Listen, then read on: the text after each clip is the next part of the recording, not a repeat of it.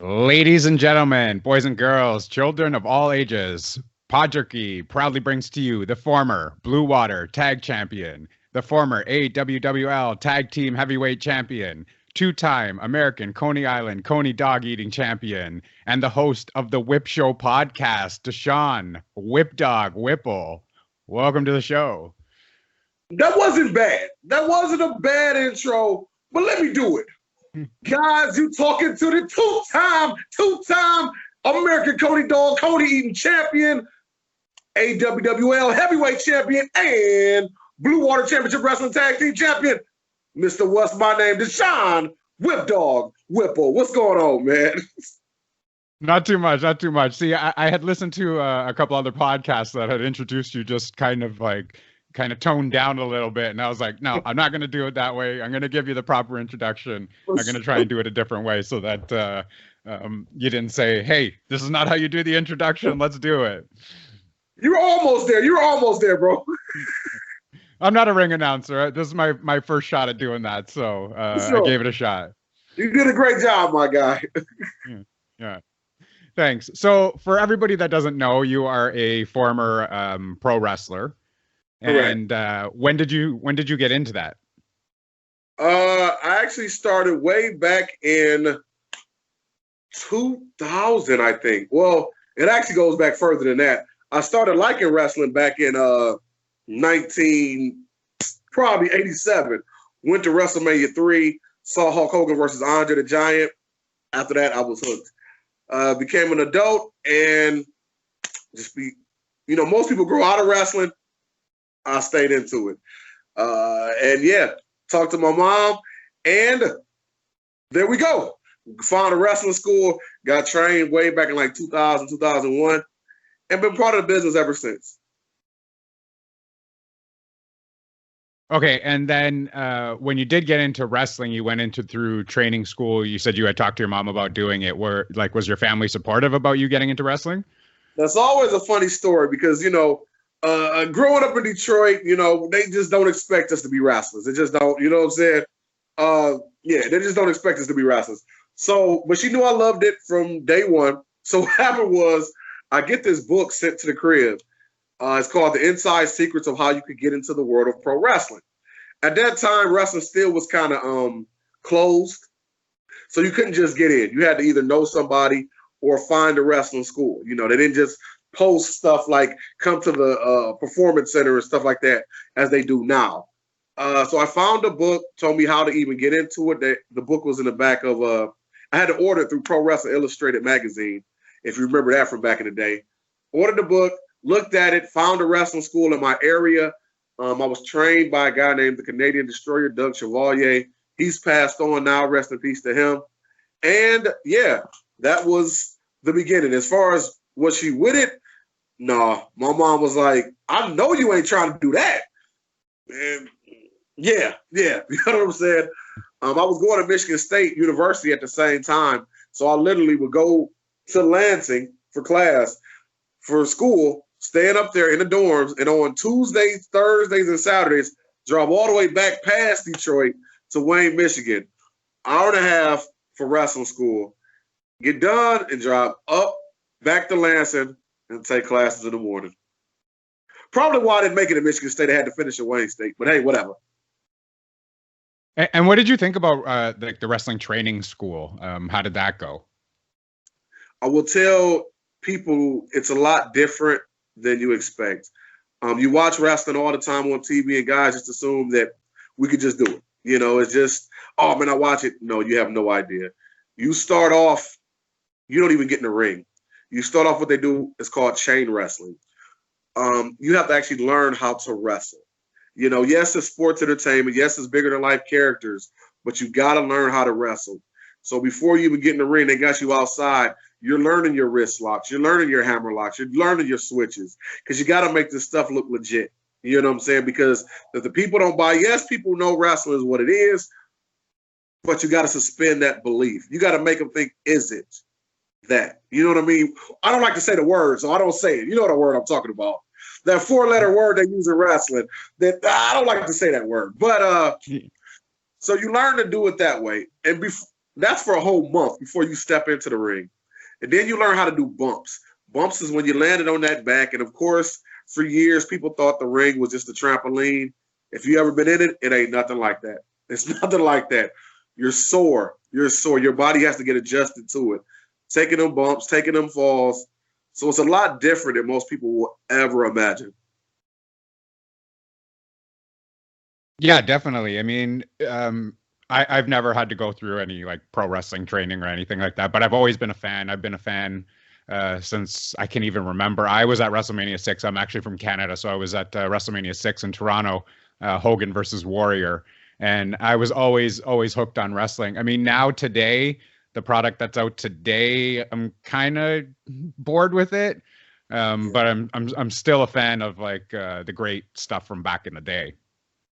That's pretty consistent with a lot of the guys that even I interview on my show, the W.H.I.P Show podcast, because obviously we interview different WWE, NWA former stars, and a lot of those guys, that's one of my final questions, and a lot of them say they do not watch the current products. I went to wrestling trivia myself and played. Probably shouldn't, because it was like I'm a shooter because I know my wrestling trivia. But I will say I had to have a young guy with me to win, because anything from 2010 previously, I was a whiz. Anything after that, I might have seen it in passing, but I don't, remember it with the light bulb switch. So I agree. Yeah, I mean, 97 to 2001, I think were fantastic years. You had the Monday Night Wars, you had Austin McMahon. Those were like just fantastic years in wrestling. Today, it's just, I mean, they're doing a lot of wasting of talent. A lot of nonsense gimmicks, and it just, I don't know. I don't know if it has anything to do with COVID right now with the storylines, but I find them just, I can watch an episode of Raw that's 3 hours in like 20 minutes. I can fast forward through it and just get the gist of it. If it wasn't for Hulu, or not even just Hulu, YouTube, where you can just see the clips of what you need to see, I tried the 3 hours. Back in the day, if you're a huge fan, you didn't even want to go anywhere on Monday nights because you had to be locked in for the 3 hours. Yeah. You go on dates. You told them, no, I'm not going today. We got to go on a date another day. You know what I mean? Yeah. But now it doesn't even matter. I think a lot of the factor is because everything is so scripted now. I mean, they go over the whole match with their agents before they go out there. You know what I'm saying? So I can't even just blame COVID. Even the storylines, the scripts, when they do their interviews, they write down everything like they're actors. Wrestlers aren't actors; they're performers. You know what I mean? They're if for anything, they might be considered method actors, but they're not straight up actors. You give a person bullet points. Now I just speak to you. Like right now, we're talking. You're a podcast host. You're Tom Hartman, a podcast host. You have your notes, but you're just going. I'm just going off the top. But when you tell somebody, hey, read this verbatim, you're not going to get that same realness, man. No, you're not. No, absolutely. And I think too, like besides AEW and Impact, which aren't really a challenge right now to the WWE, they may be. I mean, AEW is doing very well, but there's no competition. I think with Vince McMahon, they're not pushing the guys that they should be pushing, and they're pushing like just the same stars over and over and over again. And I think you need some new blood in there to just kind of mix things up a little bit. Yeah, and absolutely, and I do think the pandemic, the not having a live crowd, has hurt. Obviously, it hurts reactions. But again, I think everything is so contrived. It's just hard, man. I mean, I'm gonna be honest. I know a lot of people don't want to hear this. I like what they're doing with Roman right now. I do like the turn, Roman being with Paul Heyman, going heel. And I was actually kind of a Roman fan, but I know a lot of people did not like Roman Reigns because he was shoved down their throats. And if you give us the same thing over and over, why do we care? Why do we care? If we you talked about Hogan and Warrior.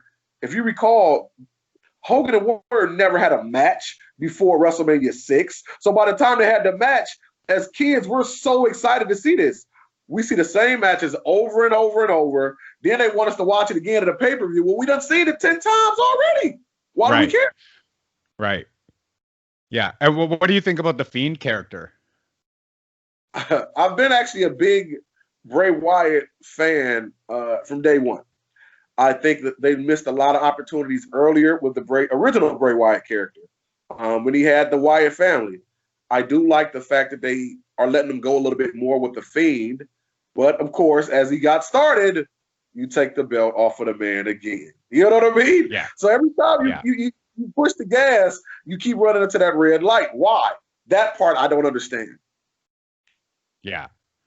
Yeah, I mean, he started off with like Husky Harris, and then he went to the Wyatt family, and I thought that was a fantastic gimmick, and I thought they just should have stuck with it, and kind of had like that Wail and Mercy feel to it, and hold like it just like the kind of cult, I guess. It was like almost like a cult, and then they switched over to this Fiend character, and when they first started off with that Firefly Funhouse, I was like, what are they doing with this? And then the Fiend appeared, and it was like, okay, this is pretty cool. And if you actually watched a lot of them, what I liked what they did with his storytelling, which they don't do with a lot of guys, a lot of it was connected even to his past. Even one of the little puppets is called what? Huskus. Fat, chubby, go back to what he was when they were calling him a tank with a Ferrari engine or whatever they said. You know, just Husky. So with him, they actually tried to connect the stories. A lot of the guys, they don't. You know, we're supposed to just forget that Braun Strowman and Roman Reigns hated each other forever, and then they were like buddies, and you know what I'm saying? Like, come on, man. Yeah. Yeah. And I think they need to pull the trigger on this Alexa Bliss thing already. I mean, it's taken a long time. Either do it or don't, and get her with him. And she can play a great character. I think she has the ability to play that darker character on the show, and maybe kind of form something with the Fiend or with just Bray Wyatt alone. I also think, man, it doesn't help that it's so much content available.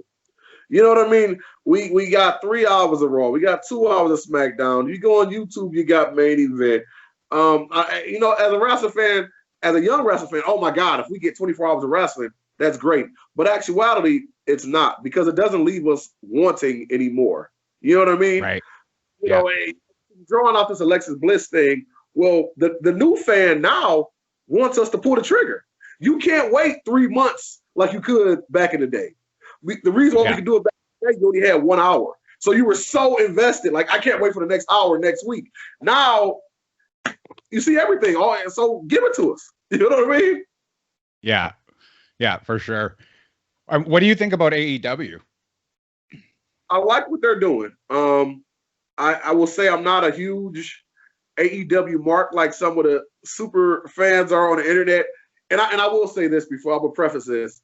Sometimes with the internet, you know, by me being a worker, and granted, I didn't reach a super climax or whatever, but it's hard for a worker to look at the chat rooms and talk to some of those people because they have no idea what they're talking about as marks. You know what I'm saying? You're not knocking, because we obviously need the fans, we need the marks, but they have no idea what they're talking about. And unfortunately, they affect the product sometimes in a negative way. You know what I mean? But going back to the original question with AEW, I like some of the stuff they're doing. To me, though, and I know it's going to hurt people's feelings, it still comes across as a big independent promotion on television, if that makes sense. Like, I like Jared, I like what he's doing, I like Orange Cassidy, but a lot of those guys still don't have that strong super television star personality that we look for in pro wrestlers. You know what I mean? Yeah. And I mean, you got Moxley and you got Jericho, and Jericho's like reinvented himself, and he's been able to go for such a long time, and I think he's doing a great job. But like you said, some of the other guys are just like, you know, it doesn't come across on TV as being a star that you want to just tune into. I like MJF. I think MJF is amazing. Oh, awesome. And I like Orange Cassidy. But then you take a guy who looks amazing like Brian Cage. But what do you know what I'm saying? Brian Cage, as big as he is, he comes across as an indie guy that's just huge to me.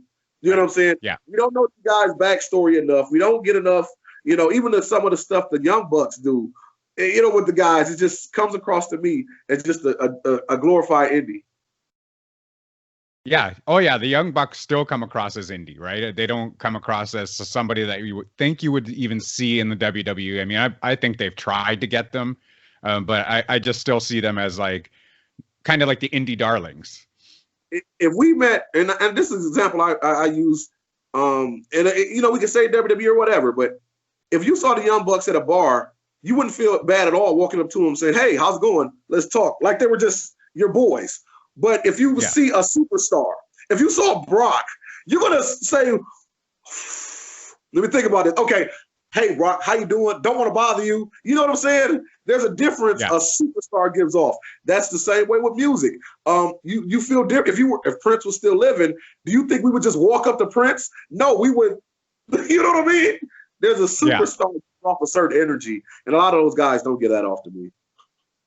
Yeah, I had this conversation on another podcast, and this was, I want to say probably 22 years ago.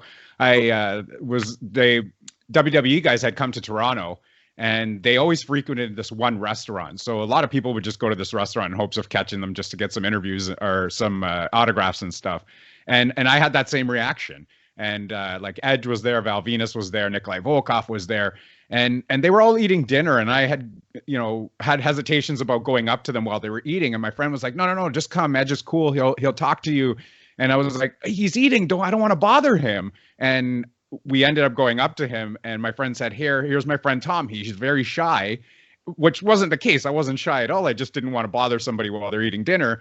So he signed my autograph to Shy Tom from Edge, and I still have that autograph like in a photo album. So you do have those hesitations, I guess, if you think that it's more of a superstar than it is just somebody that's like, I guess, independent, right? Yeah. And it's just, I don't know. So like I said, if they can expound a little bit, but one thing I do love about AEW, all those guys seem like they're truly happy to be there. You know what I mean? Yeah. Like they really enjoy the company. I don't know if the WWE guys feel the same way right now. You know what I mean? Right. Oh yeah. Like I mean, Luke Harper cut a promo. Not Luke Harper. His name is Brody Lee now. Yeah. He cut a promo on AEW this past week, and it was kind of a shoot interview almost, where he would say, it was you fans that kept me in jail for all this time, and he was referencing WWE about how he was in jail and wasn't allowed to come out of his shell, and now he's this whole new character, and he just won the TNT championship, and so I mean it was kind of cool to see that. It's funny you said that. I actually we haven't released it yet, but I interviewed Cody Hawk. He was John Moxley's trainer. And I'm gonna go ahead and say it on your show. One note that he said, Moxley was with him because Cody Hawk got inducted into the Cauliflower Alley Club Hall of Fame in Vegas. And Moxley introduced him. And he said that was the same day his contract was up. And he said he sat there, looked at his phone, 11:58, 11:59, 12 midnight, and he looked at him dead in his eyes and said, "I will never go back. I don't care what they pay me." He would never go back to this. Yeah. He sat there, he waited, he said, "Yeah, that's it." He said it wasn't about, he said he's rich. I mean, not only he has money, his wife has money, he's good. He said, but at that point, he's only doing this because he wants creativity. Yeah, and he looks like he's having more fun over in AEW. Yeah, I agree. Yeah, and I think his wife is going to be heading over there as well, because I think she's given her notice, or her contract's up with WWE as well. So I think she may be heading over there. Yeah, and MJF had a line against her the other day, and I know she did respond to it on Twitter or Instagram or whatever, some social media platform. She did respond to it. So yeah, he said something about tell your wife I'm single or something like that. Yeah. So yeah, I mean, the shows can be entertaining, but WWE is kind of just getting a little stale for me. Yeah. So let's get a little bit into your wrestling career. Okay. If you want to tell everybody, like, what type of wrestler were you? Were you like a high flyer? Were you a technical wrestler? Were you just like the strong guy? Or it was funny, man. Like I said, that I might have been a little bit before my time even then, because I kind of was I was a big dude, but I was on the Samoa Joe style. You know what I mean? Trying to do stuff off the top rope, flying over the top, going over the top rope, of course, but back then still, even in 2000, they wanted the big fellas to work the big man style. The Braun Strowman, test the strength, I'm a body slam you or press slam you. So I had to try to incorporate both of it a little bit. Later on, I wish I would have incorporated even more of the athletic side, because I was pretty athletic. I played football and I played basketball. So, you know, when you do those type of things, you tend to be rather athletic, if you will. But yeah, that's kind of the style that I worked in. I was blessed, man. I got to wrestle, and the first name I ever got to wrestle was King Kong Bundy in Sault Ste. Marie. Rest in peace, King Kong Bundy. Sault Ste. Marie, Ontario, Canada, by the way. And at that time, I didn't even know Sault Ste. Marie connected on Michigan and the Canadian side. Yeah. It was a funny story. I'm scared of heights. So I got this big match, but I'm terrified to go. You know what I mean? Because I don't want to drive over the bridge, Ambassador Bridge. But I make the drive. I'm like, okay. And I'm like, wait a minute. I'm looking at the map quest. Yeah, tell you how old it was. It was MapQuest. And I'm like, it's another bridge. And I had to go over another bridge to get over there. But I got to wrestle Bundy. It was a great match. He actually did the avalanche and he did the 5 count on me. And five count, yeah. Yeah, man. And that was amazing because, you know, that was, on my show, we talk about this called a mark out moment. And that was mine. I have been in shows with names before, but actually wrestling somebody that made me feel something. Because I was a big Hogan fan. And remembering what he did to Hogan at WrestleMania 2 in the steel cage, and even before that, and I'm actually in the ring with this guy, and he hit me with the same moves, and he actually bumped for me. I remember when we were going over the match, he's like, so clothesline me once, clothesline me twice, clothesline me 3 times, I'm a bump. And I'm like, King Kong Bundy is going to bump for a green whip dog. He's like, I'm like, you sure? I was like, you want me to come off the top rope? He's like, no, I want you to look big and strong. Clothesline me, take me down. And after that moment, I was like, okay, that was it, man. So it was dope wrestling him. I wrestled Sabu. I wrestled Marty Jannetty. And I've actually, over the years, grown a relationship with some of these guys that you were seeing on TV. That's amazing. You know what I mean? Because you just don't think that's going to happen. You dig what I'm saying? Yeah. And I've actually used that to my advantage probably for my podcast, to be honest. But I've had a great relationships. I've had a tryout back before NXT when it was Florida Championship Wrestling. We were down in Tampa, Florida. Had a great tryout. We went to OVW where they had Rip Rogers as the trainer, one of their other developmental areas. But yeah, went down there to Florida Championship for a 3-day tryout. Steve Kern was the head trainer at the time. But Goldust, Cena, Dusty Rhodes was still there. Rest in peace to him. And my catchphrase was, what's my name? It was a call and response thing. I say, what's my name? They say, Whip Dog.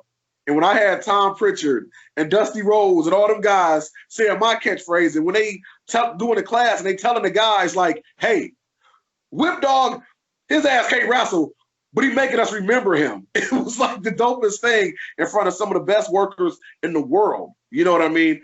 And that led me to even getting a couple extra spots in Detroit, which led to my second mark out moment. The same venue, Joe Louis Arena, that I have been paying to go to since I was 5, 6 years old, being in the backstage, getting to come out that curtain, getting choke slammed by the Undertaker was amazing, man. You know what I mean? So how did that come about? Were you in the ring when that happened, or was that backstage? No, in the ring. In the ring. We were druids. We were druids. I probably should have said it out loud. I'm sorry. I broke kayfabe. I'm sorry. No. Yes, we were druids, and we got after the tryout, about 6 of us out of the 70 people got called to do some extra work, and they called me to do Joe Louis Arena, and they called me to do the United Center at the time in Chicago. And yeah, it was really cool. It was a SmackDown, and like I said, we got to get. That was our spot. We came out as druids. We were doing some stuff with Kane. Undertaker, pop, pop, pop, pop, pop. And then, yeah, got hit with the chokeslam, man. And, to the regular fan out there, they're looking like, what? You're happy to get beat up? No. If you're a wrestler, that was a great moment, man. And the guys were amazing, man. Not to mention catering is awesome. They got the best food in the world back then, man. Nice. Was that during the ministry days? Yes. Yeah. Okay. So I'm trying to say, I want to say maybe around 2010, 2011, it would have been. Yeah. It's funny. I've actually gotten mistaken for The Undertaker, and this is actually a funny story, and I don't know how I got mistaken. This was his biker days, and when he was like American Badass. And I was in a small town, I think it was Godrich, in Ontario. And we had just gone to the Burger King drive-through, and just funny enough that it was like, I don't think Undertaker's doing Burger King drive-through, so I don't know why they would think it was me. And the people inside, they were all just talking to each other, like, kind of hitting each other. And I was like, what are they doing in there? And they came to the window and they said, we actually thought you were the Undertaker, because I had my bandana on, I had the beard going, and they thought that I was the Undertaker. And I was like, wow. I was like, I'm driving a crappy little car. I'm coming to Burger King in a drive-through in this small little town. Ain't no Undertaker coming here. Whoa, homeboy, you should have ran with it. I'm gonna tell you, yeah. There's a place in Detroit. Well, I don't know if you ever heard of the Big Boy restaurants, but anyway, me and my buddies went in there, and I had just won our AWWL heavyweight title, which is a local promotion in Michigan. I take the belt with me and the fellas to Big Boy. All the little girls working there see the title belt. I instantly say, yeah, I'm a WWE wrestler. When I tell you, even though I wasn't at the time, everybody came to the back. They taking pictures with us. They want to take pictures with the belt, man. It was awesome. They gave us free food. They put our pictures on the wall. I'm like, this is dope, but I probably either got to make it in WWE or never come to this spot again, because I wanted to find out. Yeah. And actually, I had a funny story too, because I was a big ECW fan. We actually traveled to Philadelphia to go to the Bingo Hall and see ECW. And then ECW ended up coming to Toronto. So we were like, awesome, let's go. We're going to go to the ECW show here. And the way the ECW had worked was you had to stand in line and first come, first serve seating. So me and my buddy had gone, I believe it was like 6 a.m. And I think the show started at 7 p.m. So we were there at 6 a.m. waiting in line. And the security guard actually came up to me and said, you can just go around back to backstage and go in.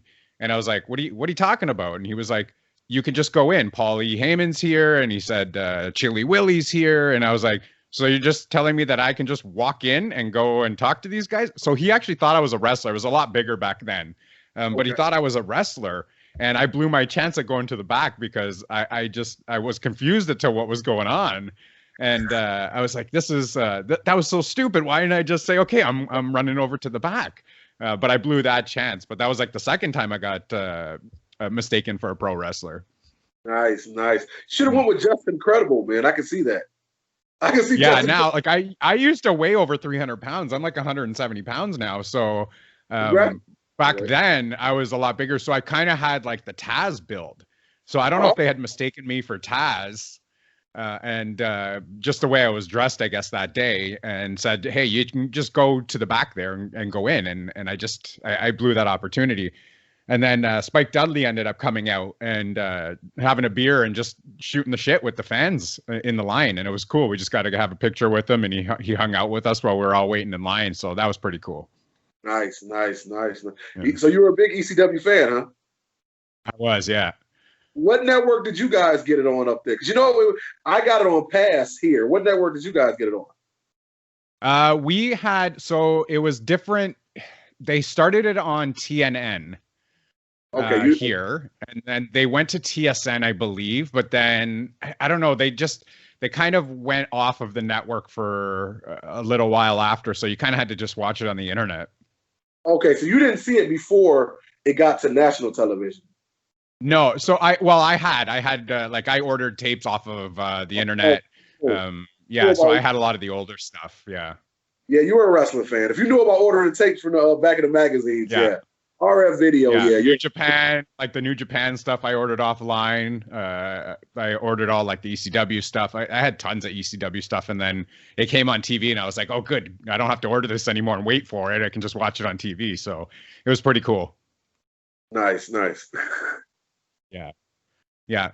So you have created a character, which is Whipplemania. You done your research, bro. I did. I saw this and I was like, this is awesome. This is great. Yes. Okay. Whipplemania. And it was funny. I actually got a picture on my Facebook of me and Hogan as Whipplemania. But the funny thing with how Whipplemania started, I was working for an indie promotion here called MPWA, and we had a local television show that came on every Sunday at 12 noon, and it was really doing really well in our market. So we ended up doing a Halloween episode. In the storyline, I was in a group called the Bradford Dynasty with the leader of the group was a guy named Johnny Bradford, who actually Edge wrote about him as his original manager in his book.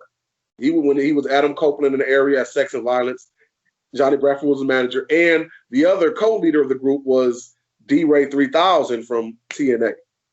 So the storyline was I was the bodyguard. I didn't have a personality. I'm just a big bodyguard. And the Halloween episode, all the other wrestlers were going to dress up. I come in dressed up as Hogan. D-Ray 3000 goes off on me like, what are you doing? You're the bodyguard. You can't dress up. That leads into the story of he's my favorite. And prior to that, I'm not even talking. I'm the big silent black dude. I'm not even talking. I'm just beating people up. I'm like, let me tell you something, brother. I start that. It starts my turn against the Bradford Dynasty. And then I go on and stick with Whipplemania probably for another year. And it was great, man. I would go on over, man. We had kids. They would come in the ring with me at the end of the shows. And, I mean, we would do the whole everything, the whole Hogan gimmick. And it was really over, man. We actually even brought in a guy who did a Macho Man impersonation and actually did a Mega Powers gimmick one time. But, yeah, it was really cool. Whipplemania was really dope. And I actually still use the tagline Whipplemania from time to time. And you got to meet Hulk Hogan because of that, right? Yep. I was went down to the Columbus, the Arnold Schwarzenegger Ohio Columbus Sports Fest, and yeah, got to meet Hogan. Me and Hogan chopped it up, and like I said, Hogan was my favorite. I had never met him prior to that, and Hogan, it was so dope. Had me on his Facebook page, man, on his Instagram, me and him. So at that moment, I was made, man. So that was mark-out moment too. The first one was King Kong Bundy because he fought Hogan. The second one was meeting Hogan. I was made then. And how was he? I hear different stories about Hogan being like a dick to people and nice to people. So how was he with you? With me, he was chill, man. I walked up on him and he's like, "Oh, let me see what's this all about." So he grabs the feather boas. He looks at it, and I have a belt, and I should have brought it with me. I have an actual WhipDog belt. He picks it up. He's holding the WhipDog belt in the picture. But he was cool, and we only chopped it up probably maybe 10, 15, 20 minutes. But he was real cool with me, man. I can't say anything bad about him. I actually, when he got in trouble, I tweeted him like, "Dog, let me post this picture of me and you. I can save you, baby. Just give me a couple dollars. I can save you, bro." And did he get back to you? No, not on that tip. No, he didn't. No. But no, he didn't. But I was no, he didn't get back to me on that one. So he's your favorite wrestler. So besides him, who else are you a fan of? Other than that, I'm pretty much open to a lot of guys. Like I've always thought The Rock was really good. I like the sports entertainment side of it. I do enjoy a great match. I don't want that to sound like I don't. But pro wrestling is entertainment. What drew me into it was because I knew I was going to be a big guy. What drew me into it was even when I was a little dog. You know what I'm saying? A big guy with an even bigger personality. If I was a little person, I think people would still be like, okay, this whip kid is, you know what I'm saying, a little extra. So with that being said, I like those type of guys. I liked Undertaker. I liked Warrior. Warrior was the first guy that almost rivaled my love for Hogan. You know what I mean? So when you just said Hogan versus Warrior, you went to 6. I just popped a little bit in my head. I'm trying to hold it in so I don't sound like a mark to you. I mean, I probably watched WrestleMania 6 30,000 times on the network, man. You know what I'm saying? I know people like Warrior couldn't work, Hogan couldn't work. But if you tell me you didn't react for that match, you're not a pro wrestling sports entertainment fan. Just like I totally marked out for that. I mean, that was as bad as they were at the wrestling game. That match, it was historic. It was great. It was title for title, first time I believe, and it was a fantastic match. And even back then, now obviously as an older person, you can see the mistakes. But back then, you didn't realize, you know what I'm saying, because you were popping for this stuff. No. Every single thing they did, even when they looked at each other. And again, because like I said, I like that type of thing. Going back to me being a big fan of The Rock. Fast forward 13 years later, Hogan and The Rock in WrestleMania. And Hogan, he done had his run to NWO, so he's almost pretty much past his prime then. And still, once again, and were they in Toronto? Was Hogan and Rock? That might have been, I think that was in Toronto. And even that match, people already, I don't like Hogan anymore, but the fans were cheering everything they did so much where the fans turned on The Rock, who was the biggest star wrestler at the time, for Hogan. So I think it shows that it's not always just the wrestling match itself. It's the presentation, the psychology of it. You know what I mean? Yeah. Well, Hogan was an entertainer, right? He had the whole say your vitamins, say your prayers, take your vitamins. He would do that like kick out and then do, like the kind of Hulk up, and everybody always popped for that. And I still remember as a kid, even when Andre, I guess, had beaten him. I think Ted DiBiase had bought in the title after Andre had beaten him. It was a Saturday night's main event. I still remember like how upset I was over that, thinking, like, what the hell just happened? Hogan was a champ for 4 years, and like this is just something that you're used to. And as a kid, you were shocked at that happening. I went to a local show, what they call them, house shows or whatever here, and it wasn't televised, but I'll never forget, Hogan went against adorable Adrian Adonis. And adorable Adrian Adonis actually won by count out or disqualification, some type of way. And at this point, I don't know the rule that a champion doesn't lose the belt by, saying that. Yeah. I'm literally in tears. And my mama and my uncle are laughing at me, you know what I'm saying? But I'm literally in tears because Hogan lost. And then when they said he kept the title, I'm like, but he's still the champion. And they're just going crazy laughing. But it shows the connection that you can have. And even, absolutely, as adults, but we still, if something is good, we still draw a connection to it. You know what I mean? Yeah. Oh, I still, when Hogan's music hits and he comes out, I still mark out. I still, like, oh, what, like he's here. Like it's pretty cool. But that's just because that was the creation that you grew up watching, and you still have the memories as a kid. So you bring that back when his music hits again, that all comes back to you, and you just kind of mark out on that. Exactly. My co-host, Daryl Pace, was at the Mania that Undertaker lost the streak. Oh, and he said, energy, literally, he said, all these adults literally were in their feelings. Like they didn't know. Like they really were hurt. They were sad. And obviously wrestling is a work. But that right there showed you the emotion. You know what I'm saying? Yeah. He said, those steel shots that you saw people like shocked, that wasn't half of it, man. Yeah. And then if you remember, they purposely waited a second before they said that Brock actually won, and then they showed the graphic. He said those 5 seconds seemed like 5 minutes, where people thought, well, maybe it was a mistake. Maybe it wasn't supposed to happen. And then when it set in, people literally were like, you know what I mean? And those are adults. So wrestling to this day can still draw an emotional connection to people if you do it right. Yeah, definitely. Like right now, I know like they like to parody everyday life, basically, with their, I guess, their angles that they're running now, and they're doing that retribution thing, and a lot of people are upset about that just because of everything that's going on in this world, and saying like, don't do that right now. It's not the right time. It's not the right place. But they're still running with it, and that's just, I guess, they want to draw that emotion from people.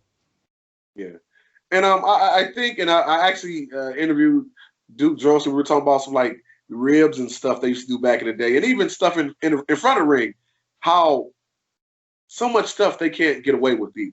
So I think it's partially how the world has changed, because back in the day, a heel could be a heel, if you know what I mean by that. They could go all out, whether we agree with the life that we live right now, but the job was the heel went all the way out there, and the face gave us quote unquote retribution. No pun intended. You know what I mean? Now a heel does something, they got to go on the internet and apologize or tell people, oh, it's the work, it's not real. You know what I mean? Yeah. Yeah. Yeah, because people take it to heart right now, and they're just a lot of people get offended over stuff that's said or done or whatever's happening on the show. Do you remember Sergeant Slaughter when he was an Iraqi sympathizer?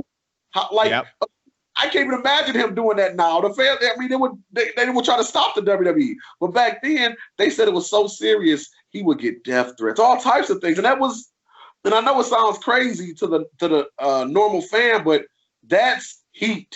That's what you want. And then when you get your champion, your happy guy to beat him, you just save the world, man. You just save the world. Yeah. Yeah. You bring in Hogan, the All-American hero, and, you get him to beat Sergeant Slaughter, who's the Iraqi sympathizer at the time. And, he goes over big. Bro, they even, when Bret Hart was alive, sorry about that, Bret. You're still living. I'm sorry, Bret. But even years ago, they were actually almost able to start a war with Bret Hart and Shawn Michaels between Canada and America, who really never had a problem because of the way that Bret Hart presented Canada at the time, where he was like a face over there, but like a heel over here. You know what I mean? Yeah. And Shawn Michaels taking the Canadian flag, put it up. It's like you literally had that much of a rivalry, and they created that energy. You know what I'm saying? Yeah. Yeah, that I loved. I mean, those two guys are like such good workers. I know there was a lot of heat between each other, but I mean, they were such good workers. They could put on some great matches. Now, I got to ask you a question. Yeah. Was Bret Hart, is he really looked at as that big of a star in Canada, or is it just like in Calgary? Oh, no, he is a big star in Canada. I mean, anywhere he would go, everyone knows who he is. I mean, like starting off with the Hart Foundation, he wasn't really that like known, right? It was him and the Anvil, and then they pushed him as a singles wrestler, and he became more and more popular. And then like I went to an autograph signing here in Toronto with Bret Hart, and it was actually at a Pizza, and I don't know if you guys have Pizza over there. I think yeah, so I had gone there, and the crowd that was there to get this guy's autograph, I was just baffled. I was like, I didn't even know he was this popular here in Toronto. Never mind like Calgary, but I mean in Toronto, I didn't understand that he was that popular. So yeah, he was a big time celebrity here. Okay. I've always wondered that. Obviously, they presented like he was, but I've always wondered, was it really? Yeah. Which makes sense, because over the years they've always been one of the knocks against him was he took his character too serious. But if he really was the Michael Jordan of Canadian wrestling, then it makes perfect sense. Then you know what I mean? Yeah. Yeah. Okay. Oh, definitely 100%. He was the Michael Jordan of Canadian wrestling over here for sure. Yeah. Like, okay. I mean, anybody you ask, if you say who's Bret Hart, they know exactly who you're talking about. Okay. Yeah. So let's get a little bit into your podcast and let everybody know what you do with your podcast, so that we can try and get some new listeners, maybe out of Canada, listening to your show as well. Okay. Sounds good. Well, like I said, I have the Wrestling Heroes and Insiders podcast, aka the W.H.I.P Show. I actually got an episode back there right now. I interviewed Randy Hogan, who was a WCW jobber that actually started becoming infamous 20 years later. But I have my co-host, Devastating Daryl Pace. Shout out to him. And we're on Anchor, Spotify, all the podcast platforms. But the show, what we purposely did, and like I said, I used a lot of my connections.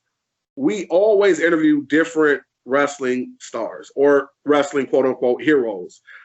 We've had C.W. Anderson from ECW. We've had Scott Hudson, WCW announcer, Alpha Jr., who was part of the legacy, in WWE. We've had Jimmy Noonan, security guard for WWE, because we really want to focus on the heroes of wrestling, because wrestling is not just the workers, it's a whole production. We've had one of the production assistants from WWE, as well as, like I said, we got Cody Hawk coming up, the trainer for Jon Moxley. We've had Tim Storm from NWA World Champion. We've had a little bit of everybody on our show, man. We got Gilbert coming up soon, and the longest reigning light heavyweight champion. We've even had a former WWE writer on the show.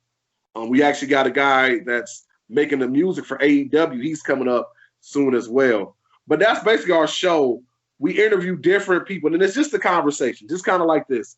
I didn't want it to be one of those boring news type of podcasts where you're like, hello, so how long have you been a pro wrestler? And what do you do for fun? I wanted to just have it, just kick it, and we really laugh. We have some good times.